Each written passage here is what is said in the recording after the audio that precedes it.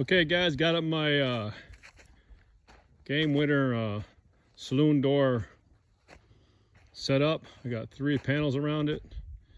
The strings in the back there. I used 15 T-posts. I got them all about 4 feet apart. It's about a 16-inch diameter, or actually 18. And back here's the rope. Right there, it goes across. The only thing they'll tell you is right there, I had to put 2 screwdrivers on there, but you need to put like some pins on each side, or stakes, because the wind will blow the saloon doors and they will fall down.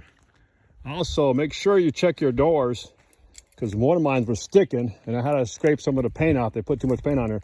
But otherwise, the door itself is heavy duty. So we'll see what happens. See the brackets right there. Got a cord running all the way there. In the back, it goes straight across.